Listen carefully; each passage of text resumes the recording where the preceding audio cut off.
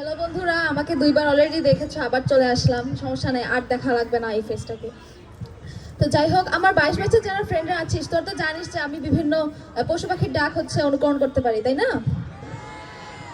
আচ্ছা, তো একটু আমাকে কয়টা দেখি, বল দেখি। আমি একটু, আরে বিড়াল তো ইজি জিনিস।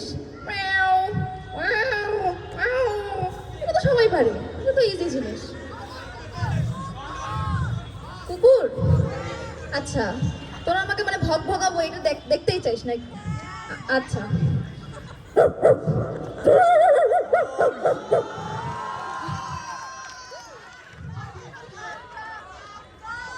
কাক। কাক, আচ্ছা, এটাও তো ইজি আছে।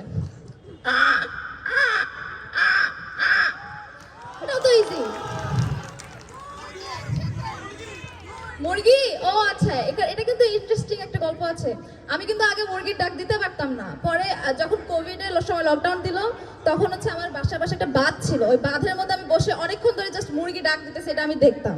তো ওখান থেকে আমি কেন জানি শিখে গেছি। তো মুরগির ডাকটা হচ্ছে এরকম না?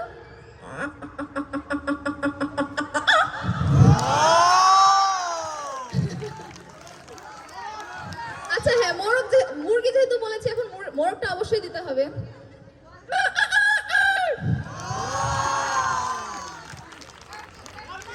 আচ্ছা হ্যাঁ, টার্কিও তো একই কাতারের মধ্যে পড়ে। আচ্ছা, টার্কিটা হচ্ছে একটা এরকম না?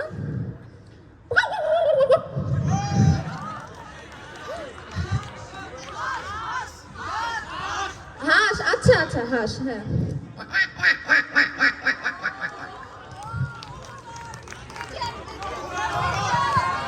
আচ্ছা হ্যাঁ, তোরা আমার তো পিজন লেডি হিসেবে, নিকনেম হিসেবে অনেকে তোরা জানিস আমাকে, তাই না? তো অবশ্যই কবুতরের ডাকটা আমাকে অনুকরণ করতে হবে। আচ্ছা আচ্ছা, আমি একটু পানি খেয়ে নেই।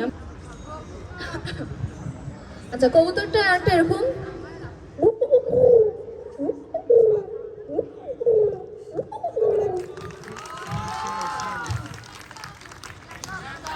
আচ্ছা, প্যাঁচা, আচ্ছা।